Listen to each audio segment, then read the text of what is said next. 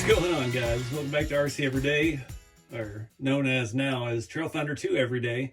We've been doing Trail Finder content all year so far, for the most part. So RC4wd Drive has been on one. I tell you what, we got the Scottsdale into last year, and the blue RTR, the unpainted bodies are out, so you can put them on your existing TF2 long wheelbase chassis.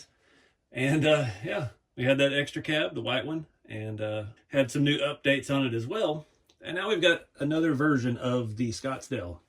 So this is TF2 long wheelbase, just like the other one before. It does have a lot of the same features that it has, plus a few new ones, one of which is very exciting.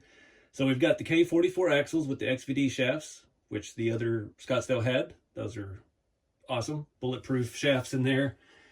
This has an addition of scale hubs. Not a huge deal, but, you know, instead of just having a wheel nut, looks a little bit cleaner on the 1.9 rally wheels, which are specific to these trucks. Has the same BFG tires that the previous Scottsdale had. But you can see there in that top right corner, this has an engine bay. So they've offered it a while on the Toyotas with the 22 RE. It's a full bolt-in tray, has all kinds of scale stuff in it. And now they're offering it on the Scottsdale. I'm sure it works on the Blazer as well. Just a more affordable way to get a scale engine bay, other than buying the scale V8 and the scale transmission, and then that's a ton of work, plus all the accessories. I mean, you're in one of those combos for about $500 or $600 by the time it's all said and done. So we're going to pop this thing open. It is available in black and red, and it does say on the box that I've got a black one. So I'm excited to see this engine bay up close and in person. So I'm not going to go through the whole unboxing and tease you with all that. I'm going to get this thing out. We know from the last two rigs that RC4wd Drive has released, there's going to be some assembly required out of the box. You're going to have to put the bumpers on, you're going to have to put the inner fenders on, and I'm going to take the sliders off because I don't like those sliders. But that's just me. Again, if you're going to crawl these things, that's a viable option there to help protect your body, which I'm excited to see too, because the last two, the Scottsdale, the blue one, and the white Toyota, have been immaculately painted. I don't know how they do that at a mass production level. They've got some really something good going on there. So enough blab. I'm going to cut it open. We'll start taking a look. All right, I had to show you this real quick. Just got to unpackaging the body. That I'm pretty certain that these valve covers and that intake will interchange with the scale V8. They're very similar in style, but these are plastic. I believe the manifold is metal. I can't tell. We'll have to see. It may be plastic too. It has all scale bolts on it. It's got, even has some other pulley up here where the fan would be, belts, alternator, got plug wires. Even got the stickers on the stock looking breather. This thing is pretty cool. Got radiator hose. We even have heater hoses, and from the block all the way into the cab in the back. The battery has cables as well. This is pretty cool. It's nice to see an affordable alternative to that scale V8. All right, guys, I got the bumpers and stuff put on. I am changing out the grill. So this is just like the blue one. It comes with the alternate grill. I absolutely love the way this one looks. I don't know which year is which, but I like this one with the more pronounced things with the small X's in the back, and that one's just all small. I don't know. It's just my personal preference. That is 2 screws here in the middle of the grill. They are hard to get to with this motor tray in. So I was using an actual Allen wrench, taking my time with it. Looking at the underside of the engine, we can see there's a pulley and things there. It's pretty detailed. You can see where the plug wires actually have scale bolts that hold those in. They go from the inside out. The intake manifold is plastic. It looks just like the metal one that comes on the scale V8s. The valve covers, I'm still pretty sure I've got to take it apart and look, but I'm pretty sure that those are interchangeable. The 4 bolts are in the same spot. The ones on there are plastic, look just like the ones on the scale V8 I'm looking at in the background right now. So once I get the grill swapped out, you can see it's got the lights, just a basic light kit installed already. I'm going to put the inner fenders on the body and the chassis, and then we'll get this thing mounted up, see what it looks like. All right, guys, before we get any further along, I got the inner fenders mounted. Same thing we showed you before. I did go ahead, there are zip ties here holding wires and over here. It was interfering a little bit with the bolts lining up, so I did trim the inner fender just a little bit to give a little room for that wire in there, or for that zip tie holding the wires. And yeah, makes all the holes line up a lot easier. Something to think about. I did not do that on the blue one, and had quite a bit of struggle with that. So we've got the same running gear that we're used to, the same transfer case, R3 single speed, 45 turn brushed motor, twister high torque servo, Outcry 2 waterproof, or a 3, I think we're on 3 now, sorry.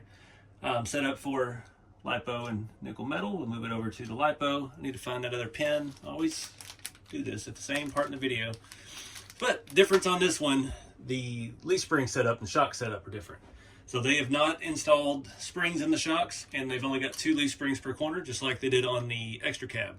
So it does come with all of those things. I've got springs in here, inside of this bag with your instruction manual. We've got 4 more leaf springs for stiffening it up if that's what you want to do with it. I guess most people want it to flex better out of the box, so you can make it stiffer if you want to instead of the other way around. Again, the Scottsdale versions come with these new beefier non-spinning body mounts, much better design. The rear, this does have lift blocks. We talked about that on the other video as well. It has a straight cut lift block in the front and an angled lift block in the rear. If you can see that, to correct the pinion angle and make the drop shaft not as far off as it would be normally. Feels fantastic. And these tires, the BFG, which ones are these? The Mud Terrain TAs. They just feel fantastic. And that bolt is loose. Glad I checked that. On the 1.9 rally wheels, super soft tire. That's about it. The K44s with the XVD shafts in the front. This feels just like the other Scottsdale I got. Sounds super smooth, quiet. I don't know what, I think it's these K44s that make the difference, because the other one was a little bit noisier, sounded more like the old style. I think these K44 axles have a better gear set, at least a tighter mesh or something in there. XT60 plug, like always. Everything else in the box, you get a massive sticker sheet with all of the stainless steel trim, sliding back glass, lots of Chevy bow ties, some flames, American flags, and trying to see if there's any funny ones on here. Not anything super out there. So, you got that, you got your instruction book, you've got some hardware, some rear body posts if you're so inclined. I don't run those. They bolt back here, stick through your bed. It takes away from the scale look. Really, with these, the way the Scottsdale mounts are further apart than the regular Blazer. The Blazer one's up here, the Hilux is up here.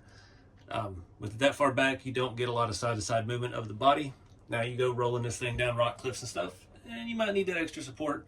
What I do with the scale stuff and the trailing, not worried about it. You get the same 3-channel radio, receivers out back. If I can get around the camera here. Nothing new to report here, same thing, 3rd channel right there.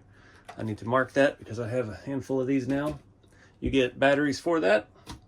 You get a 3000 nickel metal battery with an XT60 plug and a generic wall charger with a lot of adapters for other countries. Other than that, the chassis, we've got the sliders on here, the plastic ones. I'm not loving those. I just like the clean look. Again, another option if you're going to crawl this thing, you might want them. What else? The shocks and stuff feel fantastic. Without the springs, I'm pretty certain they have oil in them now. The extra cab actually had oil in the shocks, and it was a really nice setup. It feels very similar to this one. I'm gonna do a nut and bolt check before I put the body on. I'm gonna pull these off. We'll get that body on here finally and see what it looks like, because I am excited to see the black and the chrome. I wasn't really feeling it at first. The red looks better in the pictures, but I've got this black body out. I put it on some other wheels just around the shop and playing with it, and oh man, let me tell you, it looks pretty good. I'm torn again. I'm using the packaging it came with to try and keep it clean. When I was headed upside down, I had a towel and this laid out, trying to keep it from getting smudged all up with my sweaty hands. So it's going to be another one of those, but we'll find a place for it. I don't have any ideas yet what I want to do with this truck. I'm torn right now because I'm in the middle of filming the lift kit and stuff on the extra cab, and I really would love to do that to the Scottsdale body, but I got a lot of money invested in that between the roll bars, the bumpers, the wheels and tires, the shocks. It's about $150 in shocks. So those builds are not cheap, and yeah. So let's just see what this thing, where it takes us. All right, guys, got the sliders off. Tightening up the wheel nuts. This one was actually pretty loose. The other ones only needed about a quarter turn. Stuff is traveled across the world. Rattles loose a little bit, but it does come with the little adapter for the scale hubs, so hang on to that. Next thing I'm going to do, we're just about ready to put the body on. I don't like running the screws on my TF2s, so I put grub screws in here and just kind of slide the body around it.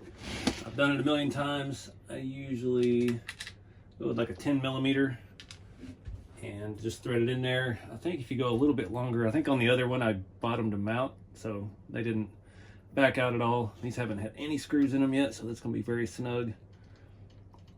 The bodies, since they are painted, I ran this little drill bit through the body holes from the inside. This is 1/8 just to break some of the paint and stuff out, so it'll slide over these easy.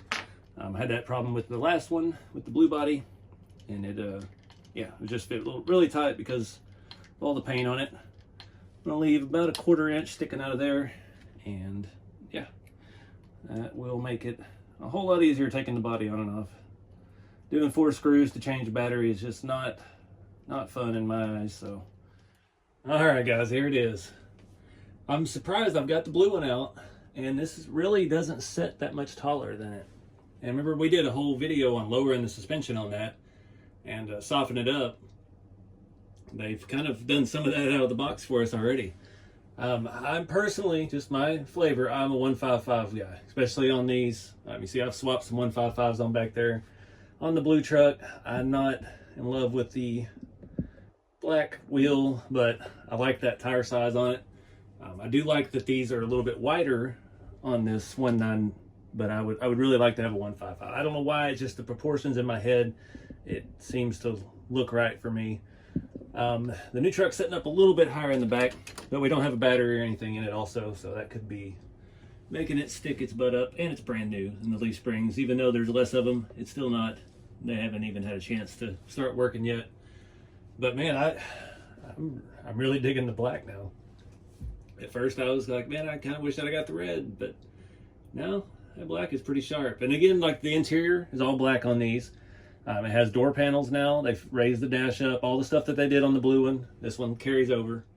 And remember, they switched it over. It's got the proper truck tailgate, the handle down here, not the Blazer one. Still opens and everything, hinge the same. It's got Chevrolet on it. I am digging it.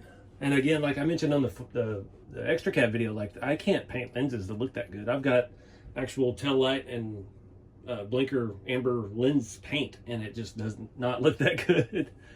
I think, you know me, I'm gonna peel the visor sticker off. I don't like giant stickers. I do like this one on the back. I actually left that on the other one too.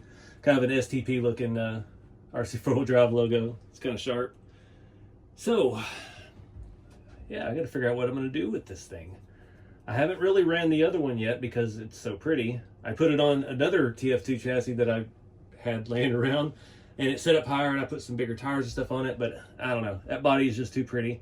So I am doing another lowered truck, and one of these pretty bodies is going to end up on it, but I don't know which one now. So one of these is going to stay on a crawler, and it's going to get some wear and tear. I haven't decided which yet. So honestly, that's the biggest change, having that engine bay, and it's way more involved than I thought it would be. When I first heard about a engine tray, I didn't know much about them. I'd just seen the one on the Toyota, and I was like, all right, that's pretty good. You can still upgrade the Toyota one. It needs plugs or wires and hoses and things like that. And so I was like, okay, cool, they're gonna make a V8 version. And then yeah, it's already decked out. We've got all the wires, all the hoses, and the V8 interchangeability, I think. Let me grab my V8 box here. We'll just take a peek at some of this stuff real quick. I've got some spare. Oh yeah, that's the same. So we can actually swap on the aluminum valve covers. You can swap on the Mickey Thompsons, things like that. The intake manifold. That's all the same. So we can actually put aluminum parts on this thing. I don't have any of the aftermarket parts. All I have are takeoffs. They've got all those different valve covers for it. They've got that Inglace intake with the 8 stacks, which would bolt to it, but then you'd have to cut a hole in the hood. But they're making more opportunities for y'all to get wild with these things and just do some crazy scale stuff with it. You can kind of see in there. That's the electric motor right there. You can see the label on it. But that's a night and day difference when you open the hood to see that versus that. That is a massive improvement. It's pretty cool. I've got ideas whirling around. I can't speak right now. It even has like a partial steering column that comes out underneath the brake master. Goes into a little opening and disappears. That's pretty cool. All right, guys. So I've had this a couple days now. I kind of stopped, wanted to, clear my head and give a final assessment before I wrapped up the video. We went out and got the glamour shots, got the thumbnail picture out in the countryside. It's an old farm truck out in the field. So I'm digging this. I'm trying to put together a plan of what I want to do with this truck. Well, both of these trucks, honestly. The blue one is set up. That last video we did with it and got the wheels and tires swapped. I'm really liking that. This black body looks better with those black wheels than the blue does, honestly. But I don't know what to do with this one just yet. I'm really excited about this engine bay. I want to try some different valve covers and stuff on it. I'm not ready to lower this truck. I mean, we already did one. We took the blocks out and changed the shocks and did stuff with it. I don't want to do the same thing twice, obviously. So this one, I don't know what to do. I think I may leave it as is because honestly, the suspension and stuff feels fantastic. The only thing I would change on it right now would be just to go to a 155 tire or wheel and tire. But that being said, it's not as low as this one, so we could run a little bit bigger tire. So what I'm thinking, I really wanted to do the breaker wheels, which I have on my blue Blazer over there, but they have discontinued those all of a sudden. They marked them down real cheap and sold out. So I wasn't able to grab another set. I think those would look sharp on here. Very period correct. Maybe even with those general grabber tires. I don't know. They got so many tires to choose from now, especially 155s. But that's kind of where I'm leaning with it. And I still have the other body set to paint and weather. I want to do another weathered truck. But I've been using that for something else. And you'll see more of that in upcoming videos. So we'll see where the bodies end up. They may switch around on the chassis. We may move things around a lot. But I think this is a win. They keep adding things to it every time they come out with a TF2. We went from this one having the new chassis updates, having the K44s with the universal shafts. Then we went to the extra cab back there where they've stopped putting all the leaf springs on and not putting the springs in the shocks out of the box, so it actually performs a lot better out of the box. I mean, that truck has not driven at all yet. I have not put power to it. The springs have no drive time, and it's already as soft as the one that we've tweaked on and done things to. So they're making a lot of improvements. This engine bay is the biggest win. It's the belle of the ball here, the star of the show. So I look forward to seeing what you guys do with those and what you do with these trucks when they come out. Yeah, by the time this video's out, they should be at least out for pre-order. I don't have any of that information at the moment, so check the video description or RC4wd.com for more information.